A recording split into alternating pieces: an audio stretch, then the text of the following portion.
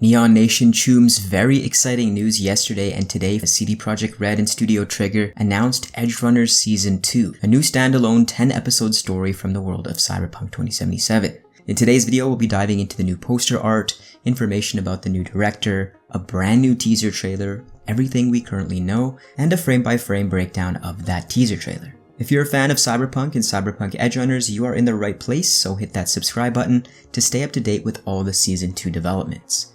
Described as a raw chronicle of redemption and revenge, the announcement from the official Edgerunners socials goes on to pose the question that, quote, when the world is blinded by spectacle, what extremes do you have to go to make your story matter? This appears to be based on one character here, and there are some interesting parallels that we'll get into during the breakdown segment a bit later on. Hugo Award-winner Bartosz Sztybor will yet again be involved as writer, producer, and showrunner. And in a panel from the Anime Expo, he mentioned multiple times that Season 2 will be sadder, darker, and more bloody, and that he was not satisfied with Season 1 in terms of how sad he made people. He wants to amp that up even more. The other thing is that we are the company from Poland. I'm from Poland. And people in Poland are sad. They are born sad, they die sad. So I just wanted to make the whole world sad. Right.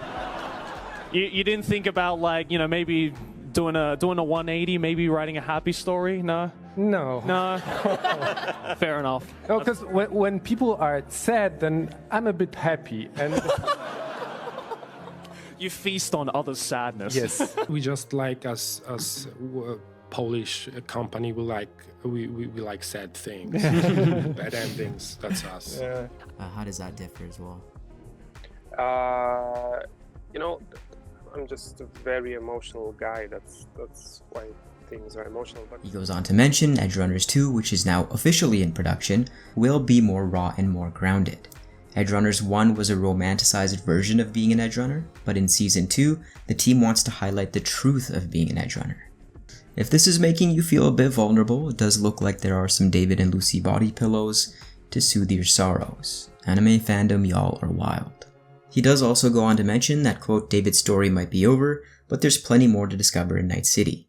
And to again have the legendary animation studio Trigger along for the ride makes us at CD Projekt Red so excited to introduce a raw, real chronicle of redemption and revenge, something unlike what we've done before. It's still a bit unclear as to if this is what was referenced by the new animation project from Netflix 9 or so months ago, or if this is something in addition to Edgerunners Season 2, but it's my assumption that this is one and the same, especially seeing hints at the media focus of this season with what appears to be little recording icons during some of the frames of that first trailer.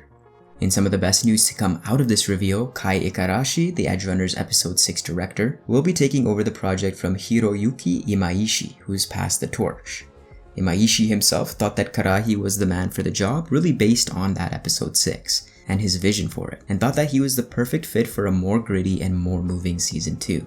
He believes that Ikarashi will dive even deeper and take more risks, something that Bartosz has mentioned in the past as being a trait that helps deliver great stories.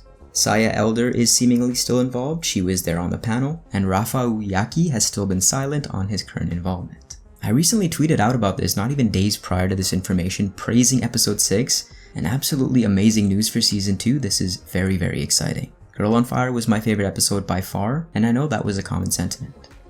Ikarashi's worked on titles like Evangelion 3.0, Baki the Rock, and Mob Psycho 100, and if we're to go strictly off of IMDb, Rotten Tomatoes, and Crunchyroll, is very much on par with Edgerunners in terms of reviews. Rounding out the team is Masahiko Otsuka, who was heavily involved in Season 1 and the co-founder of Studio Trigger. Imaishi mentions a younger and fresher Trigger staff will create a new flavor and take on the Edgerunners franchise for Season 2. This does pose the question on if more seasons are planned, and if Cyberpunk 2077 will get an Edgerunners 2 patch in the future.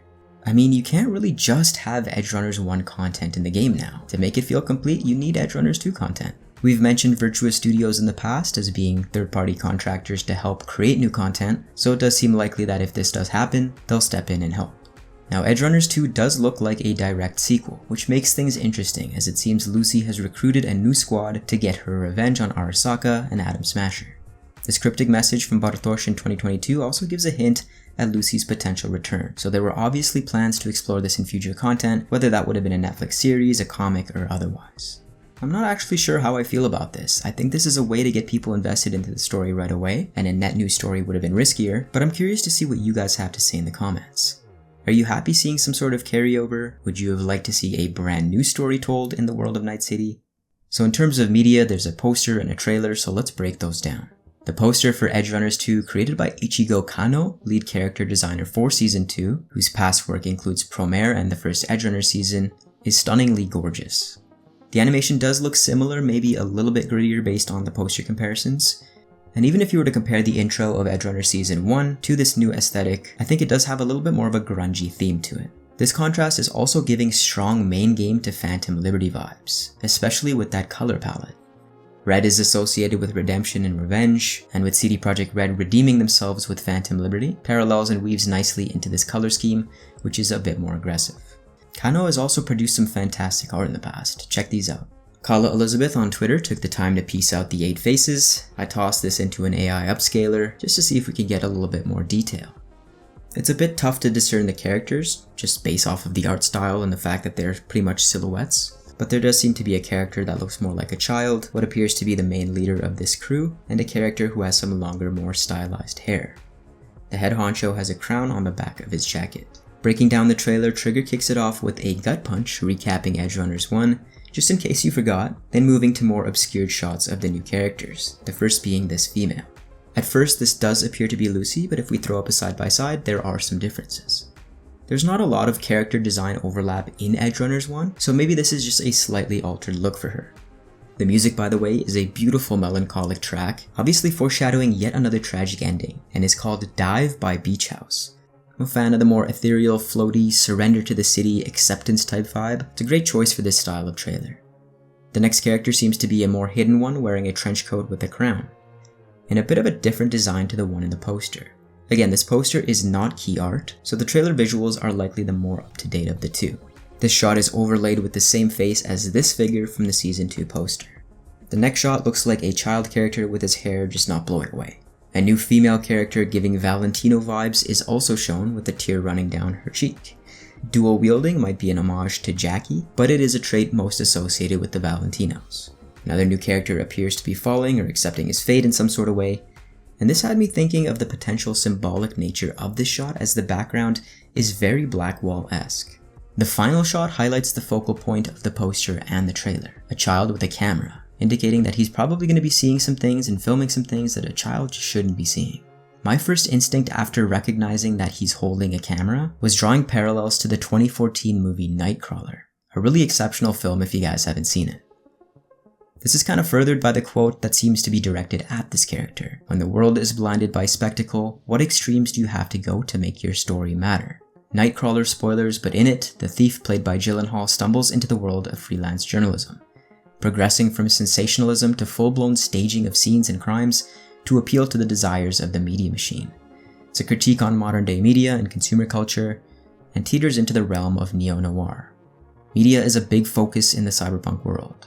The character next to him appears to be the one that was falling prior, likely one of these two from the poster. The one with the trench coat appears to be this one here, and the silhouette of the cowboy hat is pretty distinguishable as this character here. This one with the tail has the same hair characteristics as the character in the top left here. Trigger really does a great job on eyes, especially their portrayal of cyberpsychosis in Season 1, and this does make the poster a little bit more emotional and compelling. So they keep reiterating how David's dead, but based on how often CDPR says things and does the opposite, I am not buying into it this time. The only way that they're going to make us more miserable and sad this time around is if they shoved his ass onto an engram, placed him in a host body, and now we have to kill him.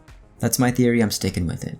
Not shying away from involving children is a gutsy approach, but this is the dark future, and CDPR has not been shy about these themes in the past. See the Quest Sinnerman, Family Business, or even Edgerunners to some degree. Season 1's Blu-ray box set also drops October 28th featuring exclusive cover art, and you can pre-order that in August.